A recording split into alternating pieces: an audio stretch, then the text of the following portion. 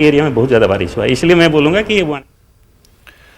जल जीवन जैसे अजीम मिशन को कामयाब बनाने के लिए इसे सिर्फ गांव को लाना ही काफी नहीं है, बल्कि गांव के लोगों को इस बात को समझने और अपने ताउन देने की जरूरत है। और यही काम करता है वाटर एड, जो हर किसी को इस मिशन में शामिल होने के काबिल बना रहा है।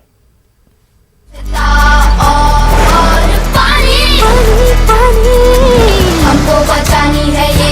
जिंदगानी। वाटर एड चूँकि एक ऐसी संस्था है जो कई दशकों से पानी पे काम कर रही है। मध्य प्रदेश के 5 जिलों में विमेन प्लस वाटर प्रोजेक्ट के तहत जल जीवन मिशन के प्रभावी क्रियान्वयन में सरकार के सहयोग कर रही है। विमेन प्लस वाटर प्रोजेक्ट जो है वाटर एड का, ये जो है मध्य प्रदेश में सीहोर के अलावा 4 और ज़िलों में हम काम कर रहे हैं, देवास, धार, खंडवा और इंदौर में। और इस प्रोजेक्ट के तहत हमारे यहाँ लक्ष्य यही रहता है कि कैसे हम समुदाय के स्तर पे महिलाओं को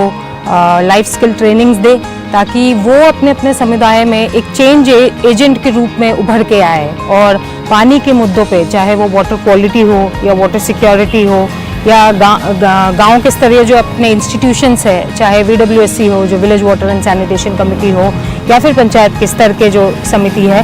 उनके सशक्तिकरण में हमारी जो डिस्ट्रिक्ट टीम्स है वो काफ़ी सहयोग करती है। तो इसमें अगर आप देखेंगे तो जो